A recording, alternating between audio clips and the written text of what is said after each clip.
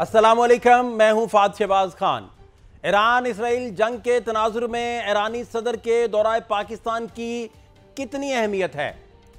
Pakistan Iran के हवाले से क्या सफारती किरदार अदा कर सकता है? पाक ईरान गैस पाइपलाइन और दोनों मुल्कों की तिजारत का मुस्तकबिल क्या होगा? क्या चीन और रूस की क़यादत में बनने वाले नए इत्तेहाद से ताकत का तवाजुन बरकरार रहेगा?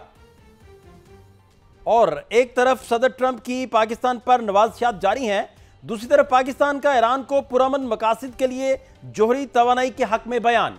बरादर इस्लामी मुल्क ईरान के सदर डॉक्टर मसूद पज़ेश्कियान 2 रोजा दौरे पर पाकिस्तान में हैं। पाक भारत और ईरान इसराइल जंगों के तनाजुर में मसूद पज़ेश्कियान का यह दौरा नहायत अहमियत का हामिल है, जिसमें दोनों मुल्कों की क़यादत में पहले से ज्यादा गर्मजोशी देखने को आ रही है। मुस्कुराहटों का भरपूर तबादला हो रहा है और दोनों मुल्कों के ताल्लुकात नई बुलंदियों को छू रहे हैं। मेहमान सदर मसूद पज़ेश्कियान आज ऐवाने वज़ीर आज़म तशरीफ लाए तो पाक फौज के चौको-चबंद दस्ते ने मेहमान सदर को गार्ड ऑफ ऑनर पेश किया। वज़ीर आज़म शहबाज शरीफ और ईरानी सदर के दरमियान 1-on-1 वफूद की सतह पर मुलाकातें हुई, जिसमें दो तरफा तजारत और इक्तिसादी ताल्लुकात को मजीद वुसअत देने समेत सरहदी सलामती और इलाकाई अमन जैसे अमूर जेर बहस आए। इस मौका पर मुफाहमत की मुख्तलिफ याददाश्तों पर दस्तखत भी हुए। मुलाकात के बाद ईरानी सदर और वज़ीर आज़म ने मुश्तरका प्रेस टॉक की, जिसमें वज़ीर आज़म शहबाज शरीफ ने पाकिस्तान के असूली मौक़िफ़ का अयादा करते हुए कहा कि ईरान को इक़वाम मुत्तहिदा के चार्टर के मुताबिक जोहरी ताकत हासिल करने का पूरा हक हासिल है। ईरानी सदर ने नायब वज़ीर आज़म इसहाक डार से भी मुलाकातें की। इसके अलावा सदर मुमलिकत आसिफ अली जरदारी अपने ईरानी हम मनसब के एजाज में एशाइया देंगे, जबकि गुज़श्ता रोज़ ईरानी सदर की लाहौर आमद पर साबिक वज़ीर आज़म नवाज शरीफ और वज़ीर आला पंजाब मरियम नवाज ने एयरपोर्ट पर उनका इस्तकबाल किया। ईरानी सदर ने मज़ार इकबाल पर हाजिरी भी दी। मसूद पज़ेश्कियान का बतौर सदर पाकिस्तान का यह पहला दौरा है। ईरान इसराइल जंग के बाद भी वो पहली बार किसी मुल्क का दौरा कर रहे हैं, जबकि इस जंग में पाकिस्तान ने बरादर मुल्क की भरपूर इखलाकी और सिफारती मदद की थी, जिस पर सदर पज़ेश्कियान ने ईरान की पार्लिमान में पाकिस्तान का शुक्रिया अदा किया था, जबकि पार्लिमान की इमारत तशक्कुरे पाकिस्तान के नारों से गूंज उठी थी। वज़ीर आज़म शहबाज शरीफ का इस साल मई में और गुज़श्ता 2 साल में ईरान के 2 सदूर के दौरे पाकिस्तान को अगर हम देखें तो दोनों मुल्कों के दरमियान ये ताल्लुकात की नई जहद को जाहिर करता है, जबकि दूसरी तरफ अमरीकी सदर ट्रंप की तरफ से अचानक पाकिस्तान पर नवाजिशात की बारिश हो रही है। नई दिल्ली वाशिंगटन से दूर जा रहा है, जबकि अमेरिका और इसराइल की कुर्बत भी सब पर आया है। इस तमाम सूरत हाल में ईरानी सदर के दौरे से आलमी और इलाकाई सियासत पर क्या असरात पड़ेंगे और पाकिस्तान का सिफारती किरदार क्या होना चाहिए, इसी हवाले से बात करने के लिए जमील अहमद खान साहब, बड़े मोतबर बैनुल-अक़वामी अमूर के भी माहिर, साबिक सफ़ीर भी। सर, बहुत शुक्रिया वक्त देने के लिए। जानना आपसे ये चाह रहे हैं कि ईरानी सदर का जो दौरा है और ख़ास तौर पर फिर प्राइम मिनिस्टर साहब की जानिब से ये कहा गया कि वो जो उन्हें रिक्वायर्ड न्यूक्लियर एनर्जी है, उनका राइट भी है, उनका हक भी है पाकिस्तान में खड़े होकर ये बयान देना, ये स्टेटमेंट भी देना। किस नज़र से देखते हैं पाकिस्तान और ईरान के ताल्लुकात को आप? देखिए, पाकिस्तान ने बिल्कुल जो इंटरनेशनल लीगल फ्रेमवर्क है, उसके फ्रेमवर्क के अंदर रहते हुए ये बयान दिया है, हर कंट्री का पीसफुल यूटिलाइजेशन न्यूक्लियर का उसका हक है, तो उसे तो कोई नहीं रोक सकता। अब JCPOA जो एग्रीमेंट था P5+1, जिसमें अमेरिका भी शामिल था, यूके, फ्रांस और जर्मनी +1 में आ गया था, और चाइना, रशिया, इन चारों ने, पांचों ने मिलके, और एक छठा जर्मनी, उसने मिलकर एक मुआहदा करवाया था, जिससे 1918 में ट्रंप उसको उन्होंने स्क्रैप कर दिया, यानी उसके वॉकआउट करके चले गया उससे।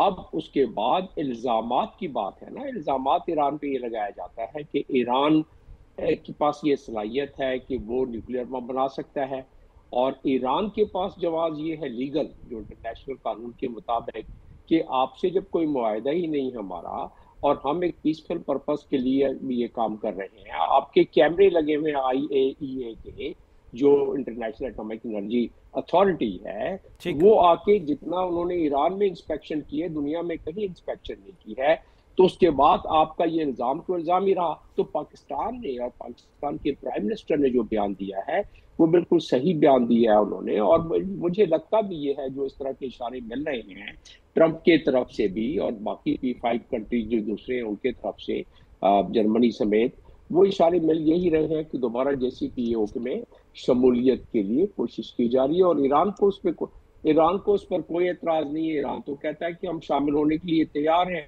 JCPOA में आपके लिए। तो वो पाकिस्तान ने उसी पैराहे में रहते हुए ये बात की है। पाकिस्तान ने कोई इसके अलावा कोई बात नहीं की है।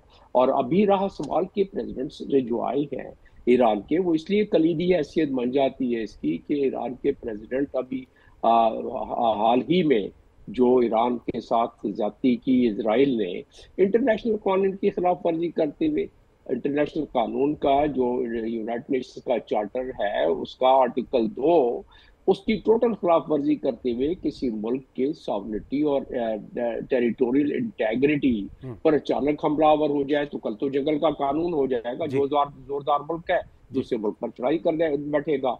फिर ईरान ने अगर अपना हक इस्तेमाल किया आर्टिकल 51 यूनाइटेड नेशन चार्टर के तहत, तो उसने तो बता के किया पूरी दुनिया को, अब हमारा हक है कि हम इसके बारे में आपको अपना हक महसूस करते हुए हम अपना अटैक करेंगे आप पर, यानी कि अपना दफा करेंगे इस मामले में।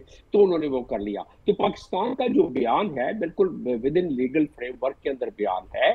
और पाकिस्तान ने जो मुआहदे भी किए हैं आज और जो MOU पहले साइन किए हैं, उसमें मासिवाय एनर्जी पर थोड़े से शकूक व शुबाब उठते हैं कि एनर्जी के मामले में जो एग्रीमेंट हो रहे हैं और जो MOU हो रहे हैं उसको कंसोलिडेट होते हुए कुछ टाइम लग जाएगा, जब तक जो सैंक्शन की हुई है अमेरिका ने ईरान पर, उस सैंक्शन को या तो कोई मुआहदा जब JCPOA हो जाता है तो सैंक्शन उसमें नरम होना शुरू हो जाएंगे या कम होना शुरू हो जाएंगे। लेकिन उसमें एक भाम ये है कि जो यूरोपियन यूनियन है, खासतौर पर इवन अमेरिका का सैंक्शन, वो बिजली एनर्जी में आती है, लेकिन बिजली पर उन्होंने कोई उसका जिक्र नहीं किया है। तो हम तो इलेक्ट्रिसिटी का ट्रेड करना चाह रहे हैं। इसी तरीके से बाकी चीजें भी जो इस वक्त मुआहदे में और MOU में जिसका तस्करा आया है, वो सारे के सारे हम किसी मामले में भी इंटरनेशनल कानून या अमेरिका के सैंक्शन की खिलाफ वर्जी नहीं कर रहे हैं। आपके नाज़रीन के लिए मैं बताता चलूं कि अगर अमेरिका ने जो बायलैटरल सैंक्शन लगाई होती है ट्रेजरी डिपार्टमेंट की तरफ से उनकी और फॉरेन स्टेट डिपार्टमेंट की तरफ से, अगर कोई तीसरा फरीक अगर तिजारत करता है उस मुल्क से जिस पे सैंक्शन लगी हुई है, तो उस तीसरे फरीक या तीसरे मुल्क पर भी अमेरिका सैंक्शन लगा सकता है। तो इसलिए इज्तनाब किया जाता है। वरना तो ईरान हमारा पड़ोसी मुल्क है, हमारा वैसे भी इनफॉर्मल ट्रेड स्मगलिंग के जरिए, बाकी चीजों के जरिए तो बिलियंस के हिसाब से चल ही रहा है, लेकिन उसमें दोनों स्टेट को कोई फायदा नहीं हो रहा है।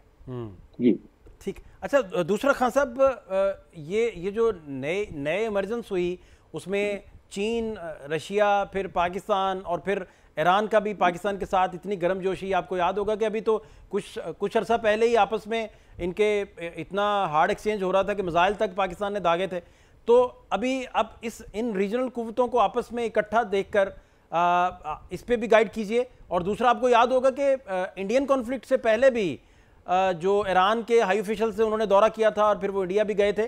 तो इस सारे तनाजुर में इसे आप किस नज़र से फिर देखते हैं? जी, ये आखिरी बात पहले कर लेता हूँ कि इंडिया पाकिस्तान के तनाजुर में जब जंग हमारी हुई, हमारा कॉन्फ्लिक्ट जो था, उस दौरान में ईरानियन वज़ीर ख़ारजा जब हमारे पास आए और इंडिया के पास, तो एक मीडिएशन की एक वो एफर्ट थी।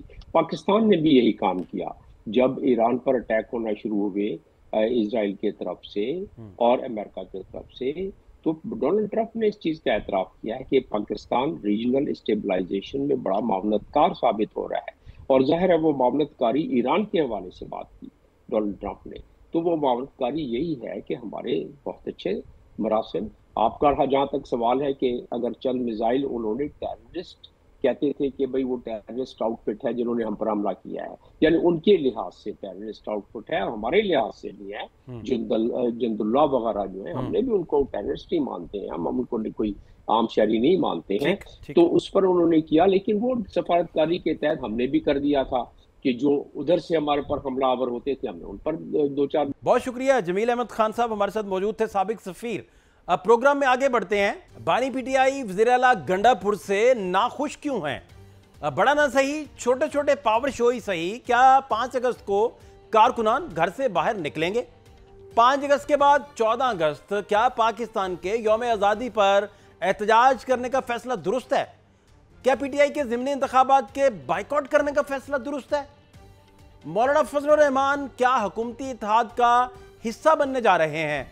और फ्री एंड फेयर इलेक्शन क्या पाकिस्तान के तमाम मौजूदा सियासी मसाइल का हल है?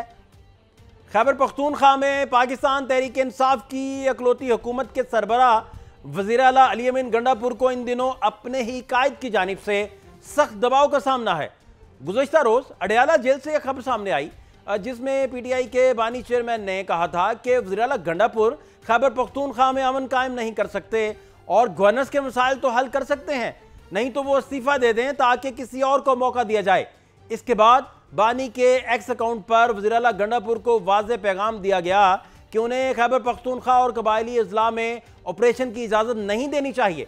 बानी के अपने ही लीडर पर गुस्से और बरहमी की वजह से शायद वो बयान भी हो सकता है जो वज़ीर आला गंडापुर ने 30 जुलाई को होने वाली एपेक्स कमेटी के इजलास के बाद वीडियो पैगाम की सूरत में दिया था कि सिक्योरिटी फोर्सेस हमारे मेहमान हैं, उनको नुकसान पहुंचाने की कोशिश बर्दाश्त नहीं करेंगे। हालांकि इससे 6 रोज पहले 24 जुलाई की एपीसी में ऑपरेशन से मुताल्लिक वज़ीर आला गंडापुर के दबंग बयानात की गूंज आज भी सुनाई दे रही है।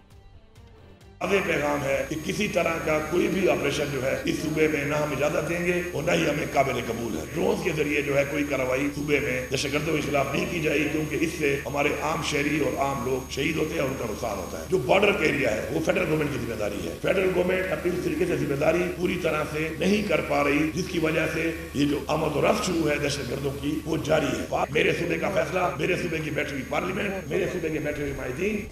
अली अमीन गंडापुर के तर्जुमान का कहना है कि गंडापुर हुकूमत से मुतालिक बानी पीटीआई के पैगाम की किसी मुस्तनद जरिए से तस्दीक नहीं हो सकी, ताहम बानी पीटीआई जब चाहेंगे वज़ीर आला मनसब छोड़ देंगे।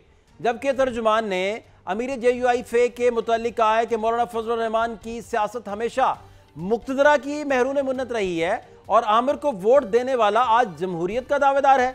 KP की तरक्की ने मौलाना को बेचैन कर दिया है, ये सिर्फ वावेला करते हैं और मौलाना को दोबारा आबाई इलाके में और हल्के में शिकस्त हुई तो ये बलोचिस्तान जाकर सीट की भीख मांगने लगे। इसके अलावा वज़ीर आला गंडापुर ने क़याम अमन के हवाले से कबायली अजला के इमायदीन के साथ जिरगे भी शुरू कर दिए हैं। जहां तक 5 अगस्त के एहतजाज की बात है तो तहरीक इंसाफ और ना ही तहरीक तहफ़्ज़ुज़ आईन पाकिस्तान इसकी 100% क़यादत करने की हामी भर रही है। PTI के सेक्रेटरी जनरल सलमान अकरम राजा ने एक्स पर लिखा है कि बानी PTI ने पूरी कौम को पुकारा है। महमूद खान अचकज़ई सरबराह तहरीक तहफ़्ज़ुज़ आईन पाकिस्तान की क़यादत में ये एहतजाज पुरअमन और मुसलसल है। मुल्क गिर एहतजाज के लिए हर सूबा और इलाका अपने हालात के मुताबिक लाहे अमल अपनाएगा। आलिया हमजा, जुनैद अकबर, हलीम आदिल, दाऊद शाह अपने दायरा अमल के मजाज और जिम्मेदार हैं, जबकि तहरीक तहफ़्ज़ुज़ आईन पाकिस्तान के नायब चेयरमैन मुस्तफ़ा नवाज खोखर वाज़ेह तौर पर कह चुके हैं कि वो एहतजाज की सिर्फ इखलाकी हिमायत करेंगे। इनका पहला मुतालबा फ्री एंड फेयर इलेक्शन है। साहब की उसके अंदर उन्होंने खुद अपनी वाज़ेह हदायत दी हैं अपनी जमाती स्ट्रक्चर को, जो मुख्तलिफ प्रोविंसेस में है, उनके नाम भी लिए हैं। तो वो तो उनकी अपनी जमात की एक वहाँ पर मौजूद है। हम उसके अंदर एक मॉरल पार्टिसिपेशन कर सकते हैं। हम इंशाल्लाह ताला इनको ये सब तमाम एक एहतजाजी तहरीक बेहतर तरीके से प्लान करके देंगे। 5 अगस्त से उसकी शुरुआत जरूर तरीके इंसाफ कर रही है। हमारी उनके साथ बिल्कुल सिंपथीज है। महमूद खान अचकज़ई साहब का ख्याल ये है, और कल बड़ा ओपनली उन्होंने ये बात की भी है कि देखिए तहरीक इंसाफ के वर्कर्स, वो बच्चे और बच्चियां, बड़ी तादाद में नौजवान जो तहरीक इंसाफ के साथ एक उनसियत रखते हैं कि हम उन्हें कैनन फॉडर के तौर पर इस्तेमाल नहीं कर। मुस्तफ़ा नवाज खोखर फरमा रहे हैं कि 5 अगस्त को तहरीक शुरू हो रही है, जबकि PTI वाले कहते हैं कि 5 अगस्त तहरीक का नुक्ता अरूज है, जबकि दोनों में कोई एहतजाज की क़यादत करने पर रजामंदी नहीं है। इस पर असल मामला यह है कि अलीमा खान 5 अगस्त के बाद 14 अगस्त यानी क़याम पाकिस्तान के रोज भी एहतजाज करने की बात कर रही हैं। के अंदर 5 तारीख भी अहम होगी आपके लिए, और 14 अगली डेट बिल्डअप की वो 14 अगस्त है, क्योंकि आप आज़ादी के लिए खड़े हैं कि जो लोग इलीगली नाजायज़ तरीके से नाअहल किए गए हैं, इमरान खान ने पैगाम भेजा है कि उनकी जगह पे किसी को नहीं खड़ा किया जाएगा। कि जो बाई इलेक्शन होंगे उनके अंदर पीटीआई नहीं पार्टिसिपेट करेगी। 14 अगस्त के एहतजाज और ज़िमनी इंतखाबात के बाइकआउट का पैगाम बानी पीटीआई ने एक्स अकाउंट से भी दिया है। बहरहाल एहतजाज की सारी कहानी में यह बात तो तय है कि 5 अगस्त का एहतजाज जली सतह पर किया जाएगा और केपीके हुकूमत के वजीर जो हैं उनके मुताबिक इस रोज इस्लामाबाद जाने का कोई प्रोग्राम नहीं। वज़ीर-ए-आला गंडापुर 5 अगस्त को पेशावर ही में एहतजाजी रैली की क़यादत करेंगे। एक रोज बाद बानी तहरीक इंसाफ की कैद को 2 साल हो जाएंगे। राना सनाउल्लाह इस साबित कदमी पर उन्हें 10 में से 10 नंबर दे चुके हैं, लेकिन तहरीक इंसाफ के अंदरूनी इख्तलाफात और यकसुई की कमी की वजह से कारकुनान में मायूसी बढ़ रही है, जबकि तहरीक तहफ़्ज़ुज़-ए-आइन पाकिस्तान ना ही जमीयत उलमा इस्लाम पीटीआई के साथ सड़कों पर देने को तैयार है। तो आखिर इसमें कसूर किसका है? प्रोग्राम में एक ब्रेक शामिल करेंगे। ब्रेक के बाद हमारे साथ इमरान इस्माइल साहब होंगे, साबिक गवर्नर सिंध, उनसे बहुत सारी चीजें पूछते हैं। शॉर्ट ब्रेक लेंगे, हमारे साथ रहिए।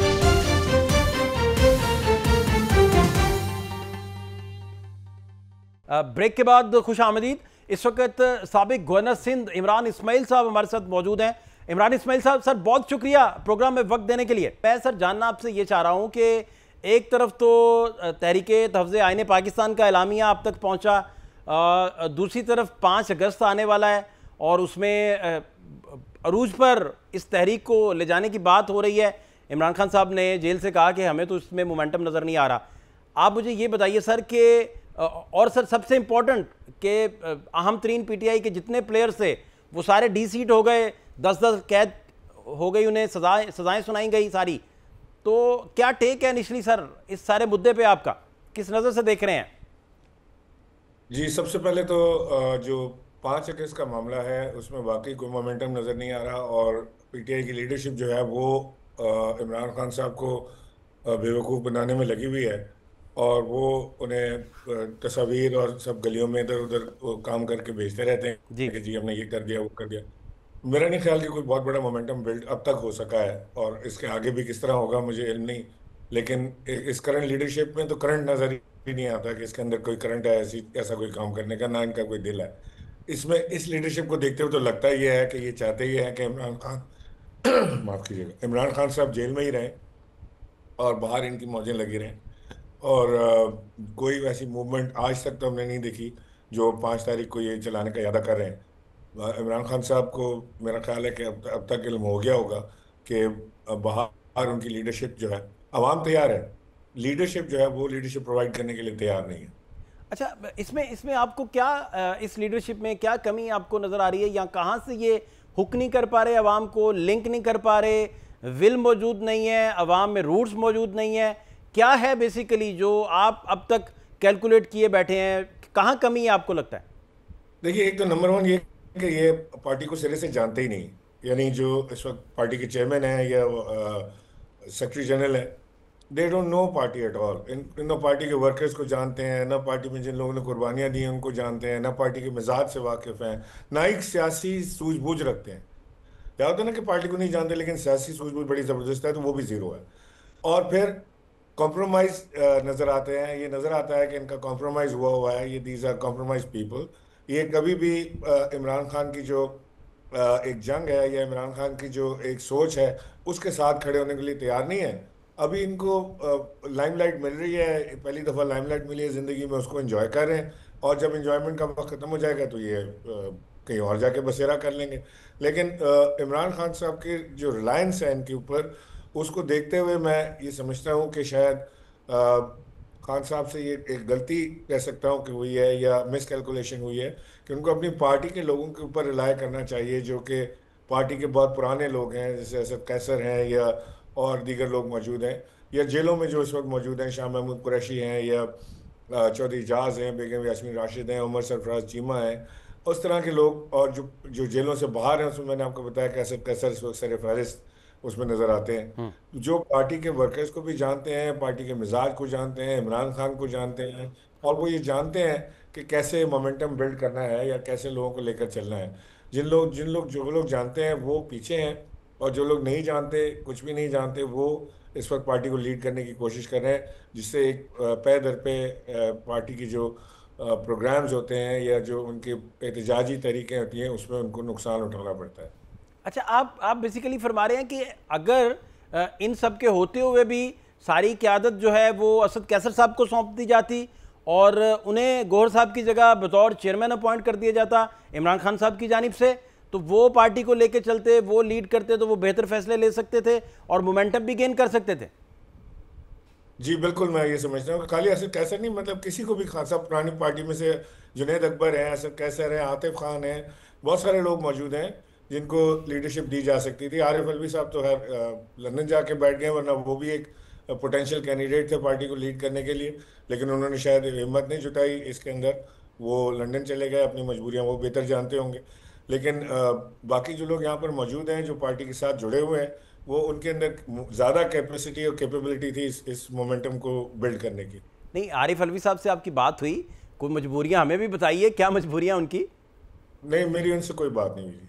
अच्छा, आपकी कोई बात। अच्छा, इसके अलावा आप कह रहे हैं कि जो पुरानी पार्टी के लोग थे उनमें उनसे भी कोई इस्तेफादा किया जा सकता था बेसिकली, अगर इमरान खान बानी पीटीआई चाहते तो उनको भी साथ लेकर चल सकते थे, लेकिन उन पे पीटीआई के अंदर एतराज़ है, बहुत सारे एतराज़ात हैं कि वो लोग डिसोसिएट हो गए थे, कुछ ने प्रेस टॉक्स कर दी थी, कुछ पीछे हट गए थे, शायद कुछ ने कुछ और पार्टियां भी ज्वाइन कर ली थी, आपके सामने सारी चीज़ें हैं, तो उसका फिर क्या किया जाए? विद इन पार्टी बड़ा फिर मसाइल, वर्कर्स बड़ा फिर उस पर। मैं तो और किसी की बात नहीं कर रहा, मैं उनकी बात कर रहा हूँ जो पहले दिन से पार्टी के साथ हैं और आज भी हैं पार्टी के साथ, जो मैंने आपसे नाम लिए, जुनैद अकबर का या आतिफ खान का या असद कैसर का या और दीगर साथी जो हैं, जो अब तक पार्टी के साथ हैं, जुड़े हुए हैं, मेहनत कर रहे हैं, उनका नाम मैंने आपसे लिया। राइट। अच्छा, आप फिर बेसिकली कह रहे हैं कि ये जो अपॉइंटेड लोग हैं इनसे नहीं हो पाएगा और शायद किसी स्टेज पर आपकी बात जो है सच साबित हो और असद कैसर साहब जो हैं वो टेक ओवर करें और वो फिर लेके चलें शायद, या उस तरह के कोई भी कैंडिडेट। बेसिकली मुद्दा ये है आपका? जी, मुमकिन है ऐसा हो, मुमकिन है ऐसा ना हो, क्योंकि खान साहब का इस रिलायंस लॉयर्स के ऊपर ज़्यादा है और उसको रिलायंस लॉयर के ऊपर करने की एक वजह यह है कि लॉयर्स अरेस्ट नहीं हो रहे हैं, बाकी जो सियासी लोग हैं वो जल्दी अरेस्ट हो जाते हैं, तो शायद गालिबन ये उनकी जहन बैक ऑफ द माइंड ये चल रहा हो, लेकिन ये लोग किसी मूवमेंट को चलाने के काबिल नहीं है। अच्छा, फिर 5 अगस्त का आप शो देख रहे हैं कि वो फ्लॉप शो होगा, तो इस तरह की फिर अनाउंसमेंट्स करने की पार्टी को खुद नुकसान इस तरह होता है। फिर बहुत सारी जगहों पे अली अमीन गंडापुर साहब यकदम जब गायब हो जाते थे तो उससे बड़ा सेटबैक आया वर्कर्स को लेकर, सारी चीज़ों को लेकर, तो इस तरह के अनाउंसमेंट्स आप कहते हैं फिर गुरेज करना चाहिए, अभी नहीं करना चाहिए, पहले होमवर्क कर लें, तैयारी कर लें, फिर आए किसी प्रोजेक्ट के साथ? नहीं, देखें, मैंने तो नहीं कहा कि फ्लॉप होगा, मेरे ख्याल है कि उस तरह जो इमरान खान साहब की उम्मीद है कि एक बहुत बड़ा मूवमेंट बनेगी 5 तारीख को, तो वो मूवमेंट बनती नज़र नहीं आ रही अब तक। आज हम 3 तारीख पे बैठे हैं और हमें कोई मूवमेंट ऐसी नज़र नहीं आ रही कि जिसके अंदर हम कह सकें कि बिल्टअप होता है इसका। ये बहुत बड़ा एक मैकेनिज्म इन्वॉल्व होता है इसके अंदर। हमने सारी ज़िंदगी इसी चीज़ की ट्रेनिंग ली है कि इसको बिल्टअप करने के लिए छोटी छोटी मीटिंग्स होती हैं, इसको बिल्टअप करने के लिए बैनर झंडे आवेज़ा किए जाते हैं, इसको बिल्टअप करने के लिए बहुत सारी दीगर सियासी जमातों के साथ रवाबित किए जाते हैं, इलाकों में जाया जाता है, तो ऐसी कोई चीज़ नज़र नहीं आ रही फ़िलहाल। हर आदमी ये कह रहा है कि जी प्लान जो है वो सीक्रेट है, तो वो सीक्रेट प्लान को क्या जब तक अवाम को नहीं पता चलेगा तो सीक्रेट प्लान कामयाब कैसे होगा? मुझे तो ये समझ नहीं आ रही कि कोई पब्लिक मूवमेंट सीक्रेट प्लान के तहत कैसे हो सकती है और उसमें सीक्रेसी की जरूरत क्या है। सो लिहाजा मुझे कोई ऐसा मोमेंटम बिल्ड होते नजर नहीं आ रहा। हो सकता है कि उन्होंने कोई बड़ी ज़बरदस्त प्लानिंग की हो कि अचानक हर गली हर मोहल्ले से लोग निकल आए बाहर, लेकिन फिलहाल ऐसी कोई चीज़ नज़र नहीं आ रही। बिल्कुल सही। अच्छा, न्यूयॉर्क टाइम्स में ने एक इश्तहार भी पब्लिश किया है, बड़ा महंगे दामों वो इश्तहार पब्लिश हुआ है, उसमें पाकिस्तान की जो क़यादत है, अस्करी क़यादत, उसको हदफ तनकीद बनाया गया अच्छा खासा। फिर अमेरिका के इंटरेस्ट को लेकर, इंटरवेंशन को लेकर बहुत सारी डिस्कशन की गई। इमरान खान साहब के बानी पीटीआई के हक़ में वो इश्तहार छापा गया और उसका उन्वान ही ये है कि उन्हें रिहा किया जाए। इस तरह की इश्तहारबाजी और उसकी लैंग्वेज, आप समझते हैं कि ये कॉज जो बानी पीटीआई का है उसको डैमेज करती हैं ये चीज़ें, या आप समझते हैं कि ये ठीक चीज़ें हैं, इसी तरह ही करनी चाहिए? शायद आपकी नज़र से गुजरा हो इश्तहार जो है। देखिए, पाकिस्तानी डायस्पोरा, जी मैंने सोशल मीडिया पे देखा जी, पाकिस्तानी डायस्पोरा जो है अमेरिका में या पाकिस्तान से बाहर जहाँ भी है, वो बेचैन है खान साहब की रिहाई के लिए, और उन्हें जो यहाँ की टूटी फूटी लीडरशिप गाइड करती है वो उस तरह से रिएक्ट करते हैं उसके ऊपर। अब यहाँ पे 2-3 तरह के लोग हैं मौजूद। एक वो हैं जो पाकिस्तान से बाहर चले गए हैं और वहाँ बैठकर उन्होंने अपनी दुकानें खोल ली हैं, वो यूट्यूब के ऊपर चैनल बना के खुद साख्ता सपोर्टर एंकर्स बन बन गए। गए हैं। ठीक। और वो उसके बाद उनका एक ही काम है, सुबह उठ के उन्होंने एस्टेब्लिशमेंट को गाली निकालनी है, इमरान खान की तारीफ करनी है, और उनके व्यूज़ बढ़ जाएंगे और उनको पैसे मिलना शुरू हो जाते हैं। तो वो कमा रहे हैं, वहाँ पे वो कमाइयाँ लगी हुई हैं। उनकी भी ख्वाहिश ये है कि इमरान खान साहब जो हैं वो जेल में ही मौजूद रहें, बाहर आने की कोशिश ना करें, क्योंकि उनकी दुकान बंद हो जाएगी जिस दिन इमरान खान साहब बाहर आ गए। ठीक। इस तरह की इश्तिहारबाजी से मैं नहीं समझता कि कोई खातिर खा फ़ायदा इमरान खान को या तहरीक इंसाफ को पहुंचेगा। अगर मैं अक्सर ये सोचता हूँ कि अगर मैं लीडरशिप के रोल में होता तो मैं क्या करता, तो शायद मैं सबसे पहले एक ग्रैंड ऑपोजिशन अलाइंस बनाने की कोशिश करता। मौलाना फजलुर रहमान हैं, जमात इस्लामी है और दीगर जमातें हैं, उनको इकट्ठा करते, चकजई साहब हैं, उनको इकट्ठा करते, कोई ब्रॉडर एजेंडा बनाते।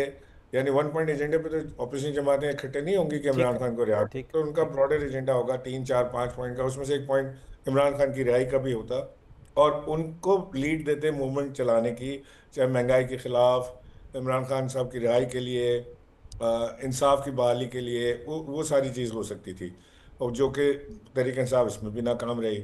और दूसरी चीज़ कि ये जो बातचीत के दरवाजे हैं, मुज़ाकरात के दरवाजे हैं, इनको बंद करना कोई सियासी हिकमत अमली किसी सूरत भी बेहतर नहीं है। ठीक। तो लिहाजा ये दो चीज़ें पीटीआई को करनी चाहिए थी, जिन दोनों में वो लैक कर रहे हैं, ना वो बातचीत कर रहे हैं, ना अपोजिशन के साथ कंफर्टेबल से। बहुत शुक्रिया। साबिक गवर्नर सिंध इमरान इस्माइल साहब हमारे साथ मौजूद थे। ब्रेक एक लेंगे, ब्रेक के बाद कामरान मुर्तज़ा साहब, JUI का बड़ा मोतबर नाम, वो हमारे साथ मौजूद होंगे। शॉर्ट ब्रेक, हमारे साथ रहिए।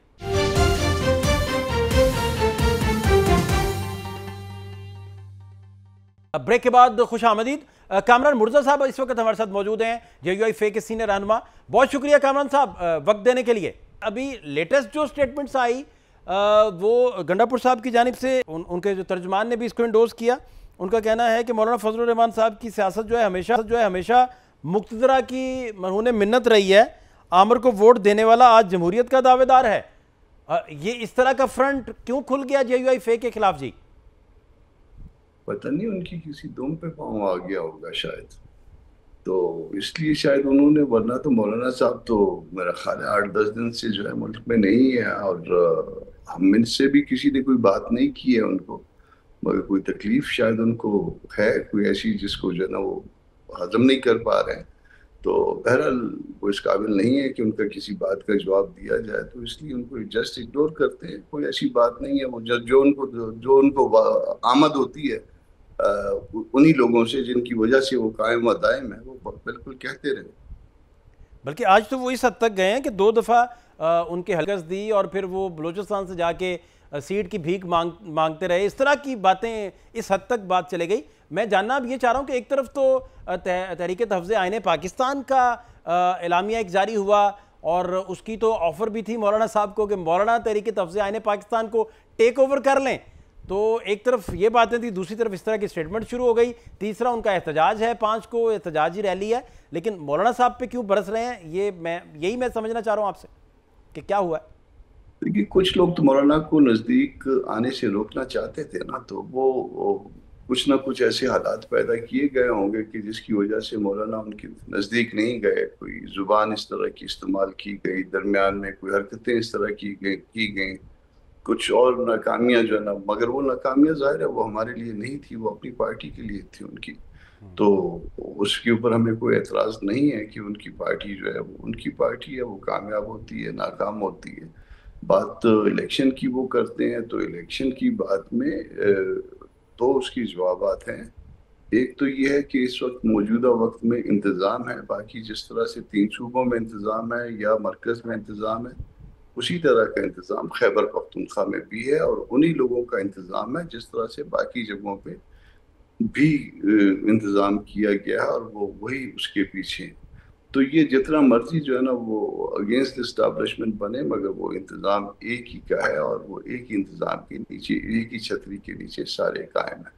फिर अगर फर्ज कर लीजिए कि कोई इलेक्शन हार भी जाए, कि कोयटा मेरा होम टाउन है, मैं इधर से इलेक्शन लड़ूँ, मैं हार भी जाऊँ, और बज़ाहिर जो है वो मैं किसी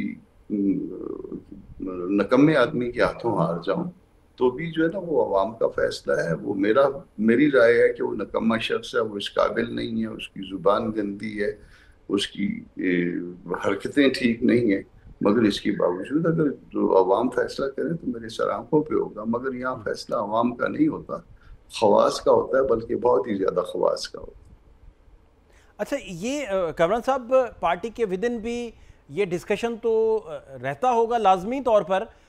मौलाना साहब बहुत पॉपुलर हैं, बड़ा उनका सियासी कद काठ है, बड़े जयद आलिम भी हैं और बहुत बड़े सियासतदान भी हैं। और जो ही जिन दिनों में उन्होंने बानी पीटीआई की हमायत के लिए बहुत सारा काम किया या कोई स्टेटमेंट्स भी दी, या 26वीं आईनी तरमीम में भी आप कोलिशन पार्टनर्स से इकट्ठे मिलकर काम कर रहे थे, तो तब भी मौलाना साहब की पॉपुलैरिटी को चार चांद लगे।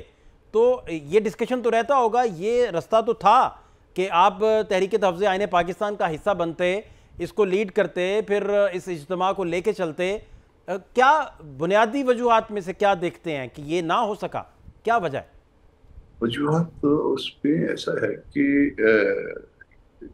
यहाँ पे जो 70 साल का भी शख्स होगा पार्टी में, उसके काम जो है वो लड़कों जैसे ही होते हैं। वो अगर उसकी मर्जी के मुताबिक में कुछ चीजें चल रही हो तो आपको जो है ना वो हार भी पहनाएंगे, आपके हाथ भी चूमेंगे, आपका सर भी चूमेंगे, माथा भी। और अगर कोई चीज मर्जी के खिलाफ हो जाए, भले वो जो है उसमें कोई लॉजिक हो, तो वो आपके लिए जो है ना वो ऐसी जुबान इस्तेमाल करेंगे कि आदमी जो है ना वो उंगली मुंह में दबा लेता है कि आदमी क्या हो गया। तो इससे मेरा ख्याल है कि डिस्टेंस कर लेना ज्यादा मुनासिब होता है कि जिसके ऊपर कोई, जिसके अगले लम्हे का कोई जो है वो एतबार ना हो। तो बेहतर ये है कि वो अपने एहतराम से, इज्जत से वो अपनी पॉलिटिक्स करें, हम एहतराम से, इज्जत से अपनी पॉलिटिक्स करें। जो उनके मुंह में आता है वो ना कहते तो वो अच्छा होता। बहरहाल हम अपना मुंह गंदा नहीं करना चाहते उनके साथ।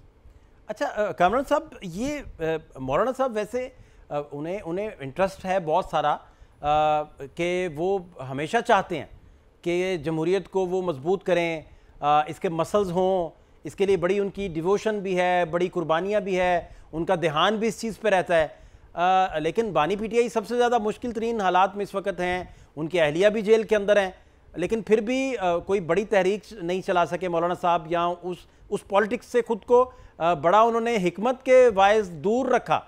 मैं अगर आपसे समझना चाहूँ कि एक आध नुक्ता इस दूरी का क्या होगा। वैसे तो आप बहुत सारी तारीख लिखेंगे, उसमें बड़े हालात बयान करेंगे, बहुत सारे राजों के आप अमीन हैं, बहुत सारे राजों के मौलाना साहब अमीन हैं, तो कोई ऐसी बात जो आप बता सकें कि भाई ये वो बुनियादी वजह थी जिसकी वजह से हम इस मामले में पड़े ही नहीं, हम इससे दूर रहे?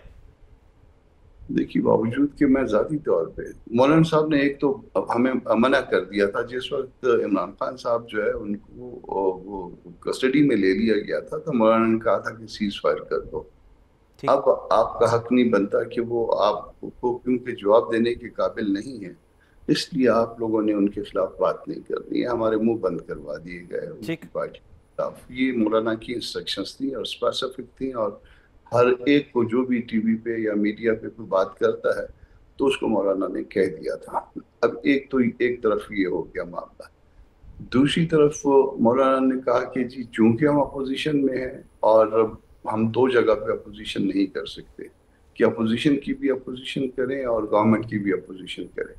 आप गवर्नमेंट को, हम निस्बतन जो है ना इस निज़ाम के तहत जो इस वक्त मौजूद निज़ाम है उसमें एक छोटी पार्टी की तरफ जो है ना हमें पोर्ट्रेट किया जाता है, तो हम उसको जो है, हम बाकी पार्टियों को हर मामले में साथ लेके चले। वो आपने देखा कि हर मामले में हम साथ लेके चले। ठीक। एक और बात आपके साथ शेयर कर लूंगा जी प्लीज, कि यही अली अमीन गंडापुर साहब किसी ऐसे लीडर साहब के जरिए जिनको अब सजा हो चुकी है, ये बिल्कुल माजी करीब में, उनके जरिए जो है, मैं इसी जगह पे बैठा हुआ था तो मुझे फोन आया था कि वो मौलाना के साथ जो है ना मामला दुरुस्त करना चाहते हैं। ठीक। मैंने उसको कहा कि वो पठान आदमी है, उसके घर चले जाओ, और जब घर चले जाओगे, वो अली अमीन का अपना फोन नहीं, मैं इसको फिर क्लियर कर रहा हूँ, मगर इनका वो लीडर जिसको अभी सजा हुई है, ठीक, नाम नहीं बताऊंगा इस वक्त, ठीक, तो उसके घर चले जाए, अली अमीन चला जाए, और वो उसमें रोक नहीं पाएंगे। वो इसके बाद जो है ना उनके पास जो है ना, वो पश्तो स्पीकिंग लोगों के पास जब कोई घर आ जाए तो फिर उसके बाद वो ऑप्शन लेस हो जाते हैं। ठीक। ये बात तो काफी आगे चली, फिर एक दफा फोन पे बात हुई, फिर उसी 5-10 मिनट के बाद दूसरी दफा बात हुई। यानी वो इनको सारी बातें जो है ना वो मेरी रिपोर्ट भी हो रही थी। और फिर तय ये हुआ कि फिर ये आएंगे और बाकी सारे लोगों के, तो ये तो इस हद तक जाने के लिए तैयार थे। मामला जो है ना, अब बहुत सारी तकलीफ तो ये है कि जो खैबर पख्तूनख्वा में हो रहा है वो हम पॉइंट आउट कर रहे हैं। करप्शन के हवाले से आपने देख लिया, $0.5 खरब रुपए का तो एक केस है, बाकी केसेस को छोड़ दीजिए। जिस वक्त ये हटेंगे उस वक्त बिलियंस रुपीज नहीं बिलियन डॉलर की करप्शन मिलेगी आपको। तो एक तो हम उसको पॉइंट आउट कर रहे हैं, वो पॉइंट आउट जब करते हैं तो इनको तकलीफ पहुंचती है। दूसरा, जिस रोल पे हैं ये, जिन जो पार्टी के साथ कर रहे हैं, जो उन्होंने नवंबर में जो पार्टी अपनी पार्टी के साथ किया, जो इससे पहले उन्होंने किया कि वो खिसक जाने वाला अमल, अब हम मीडिया पे आते हैं, मुंह रोकते रोकते भी इस तरह की बातें मुंह में आ जाती हैं या निकल जाती हैं कि ये तो अपनी पार्टी को खराब करने वाली बातें थी। अब उसकी भी तकलीफ पहुंचती है इन साहब को। और फिर जो ना वो हमारे अगेंस्ट तो कुछ नहीं मिलता कि हम हार गए या जीत गए। वो फिर जो ना वो मौलाना को जो ना निशाना बनाने की कोशिश करते हैं या अपना कद उसकी बराबर करने की कोशिश करते हैं। तो ठीक है, इस वक्त जो ना ये पाकिस्तान की बदकिस्मती है कि इस तरह की जुबान रखने वाले लोग भी उसकी वजारत आलाओं पे काबिज है। बहुत शुक्रिया कामरान मुर्जा साहब जी, हमारे साथ सीनियर रहनुमा JUI मौजूद थे और उन्होंने बड़ी अहम बात की। वो कह रहे हैं कि हम KP में जब करप्शन वाले मामले को पॉइंट आउट करते हैं तो शायद ये वो वजूहात हैं कि वो फ्रंट फिर मौलाना के खिलाफ बयानात का खुल जाता है। प्रोग्राम का वक्त खत्म हो जाता है। फात शहबाज खान को इजाज़त दीजिए, अल्लाह ने के बाद।